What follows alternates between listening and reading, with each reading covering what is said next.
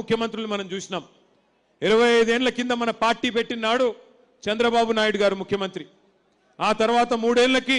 రాజశేఖర్ రెడ్డి గారు ముఖ్యమంత్రి అయినారు ఆ తర్వాత రాజశేఖర్ రెడ్డి గారు పోయిన తర్వాత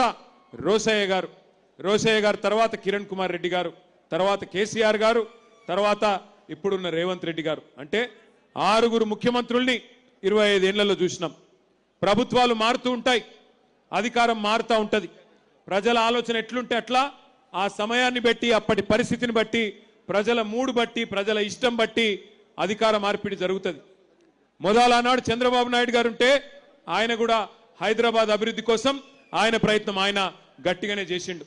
తర్వాత రాజశేఖర్ రెడ్డి గారు వస్తే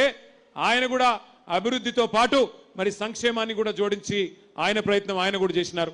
తర్వాత రోసయ్య గారు కిరణ్ కుమార్ రెడ్డి గారు కూడా వారి శక్తి వంచన లేకుండా వారు కూడా ప్రయత్నం చేసినారు ఎందుకంటే వాళ్ళకు విజ్ఞత ఉండే తప్పకుండా అధికారం అనేది ఎవరికి శాశ్వతం కాదు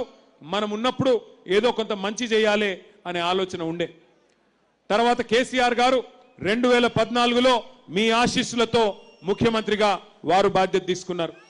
10 ఏళ్లు కేసీఆర్ గారు ముఖ్యమంత్రిగా ఎట్లా పనిచేసినారో మీ కళ్ళ ముందే ఉంది 200 ఉన్న పెన్షన్ని పేదలని కడుపులో పెట్టుకొని చూసుకోవడానికి 2000 రూపాయలు చేసింది కేసీఆర్ గారు ఒక ఆడపిల్ల పెళ్లి చేసుకుంటే ఆ కుటుంబానికి కష్టం రావద్దు ఆ కుటుంబం ఇబ్బందుల పాలు కావద్దు అప్పుల పాలు కావద్దు అని ఆలోచించి 1,116 రూపాయలు ఎవ్వరు అడగకపోయినా దాదాపు 15 లక్షల మంది ఆడబిడ్డల పెళ్లిళ్ళు కళ్యాణ లక్ష్మి షాదీ ముబారక్ పేరుతో చేసింది కేసీఆర్ గారు ఆ తర్వాత అదే ఆడబిడ్డ కడుపులో ఒక బిడ్డ పడితే మరి కేసీఆర్ కిట్టిచ్చి అమ్మ ఒడి అని ఒక ప్రోగ్రాం పెట్టి ఇంటికే బండిని పంపి ఆ బండిలో ఆడబిడ్డను ఎక్కించుకొని నేను బోను బిడ్డో సర్కారు దవాఖానకు అనే పరిస్థితి నుంచి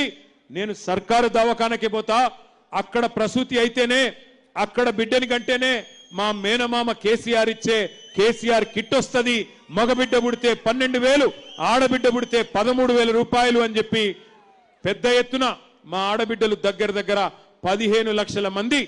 ప్రసూతి ప్రభుత్వ ఆసుపత్రుల్లో పొంది కేసీఆర్ కిట్లు అందుకున్న విషయం మీకు గుర్తుంది అట్లాగే కేవలం సంక్షేమమే కాకుండా మరి పెద్ద ఎత్తున భావితరాల కోసం హైదరాబాద్ మహానగర అభివృద్ధి కోసం ఎన్నో అభివృద్ధి కార్యక్రమాలు చేసుకున్నాం హైదరాబాద్ లో దాదాపు 42 ఫ్లైఓవర్లు షేక్పేట ఫ్లైఓవర్తో సహా 42 ఫ్లైఓవర్లు మనం కట్టుకున్నాం అట్లాగే మెట్రో రైలు నిర్మాణం చేసుకున్నాం మీ జూబ్లీ హిల్స్ నియోజకవర్గంలో 8.5 కిలోమీటర్లు మెట్రో రైలు కూడా నిర్మాణం పూర్తి చేసుకున్నాం అట్లాగే బ్రహ్మాండమైన దవాఖానా మీ వెంగళరావు నగర్ డివిజన్లోనే కరోనా వచ్చిన తర్వాత హైదరాబాద్ లో ఇంకా ఆసుపత్రుల సంఖ్య పెరగాలి అని చెప్పి 1000 పడకల ఆసుపత్రి మీ వెంగళరావు నగర్ డివిజన్లోనే 900 కోట్ల రూపాయలతో 1000 పడకల ఆసుపత్రి కూడా కట్టించింది కేసీఆర్ గారు దాంతో పాటు హైదరాబాద్ మహానగరంలో పరిశ్రమను పెంచుకున్నాం ఐటీ రంగాన్ని దూసుకొని పోయే విధంగా మన ప్రభుత్వం వచ్చినాడు 2014లో ఐటీ పరిశ్రమ కేవలం 3,20,000 మంది పనిచేసేది కానీ మన ప్రభుత్వం దిగిపోయే నాటికి దగ్గర 9.5 లక్షల మంది ఐటీ ఉద్యోగులు ఇక్కడ పనిచేసే విధంగా అంటే కొత్తగా 6 లక్షల పైచిలకు ఐటీ ఉద్యోగాలు సృష్టించి బెంగళూరు నగరాన్ని దాటే విధంగా అద్భుతంగా పనిచేసుకున్నాం ఐటీ ఎగుమతులు మన ప్రభుత్వం అన్నాడు 2014లో వచ్చినాడు కేవలం 57,000 కోట్లు దాన్ని 2023 నాటికి 2,41,000 కోట్లకు తీసుకొని పోయినాం ఏం జరిగింది ఐటీ పెరిగితే రియల్ ఎస్టేట్ పెరిగింది ఐటీ పెరిగితే హోటళ్లు బాగుపడ్డాయి ఐటీ పెరిగితే 6 లక్షల మంది పిల్లలు మన తెలుగు వాళ్ళు బయట రాష్ట్రాల వాళ్ళు మన హైదరాబాద్కు వచ్చి ఇక్కడ కొలువులు చేస్తే మరి మన హైదరాబాద్లోని వ్యాపారాలు చిన్న వ్యాపారాలు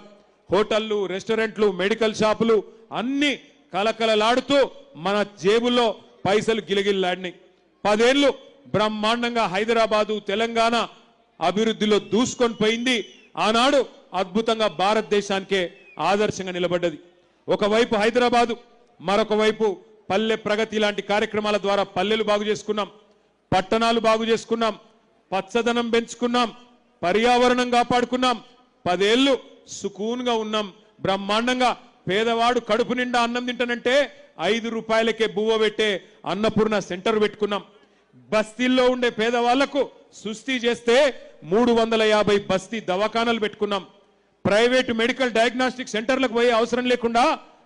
డయాగ్నాస్టిక్ సెంటర్లు పెట్టుకొని గరీబోళ్లను కడుపులో పెట్టుకొని చూసుకున్నాం ఆనాడు. అందుకే ఒకసారి కాదు 2 సార్లు జిహెచ్ఎంసీలో ఇదే వెంగళరావు నగర్ డివిజన్ నుంచి గులాబీ జెండానే గెలిపించినారు మీరు. 2 సార్లు 18లో 23లో మాగంటి గోపీనాథ్ గారికి బ్రహ్మాండమైన విజయం అందించింది ఇదే వెంగళరావు నగర్ డివిజన్. ఇది 10 ఏళ్ల మన ట్రాక్ రికార్డ్.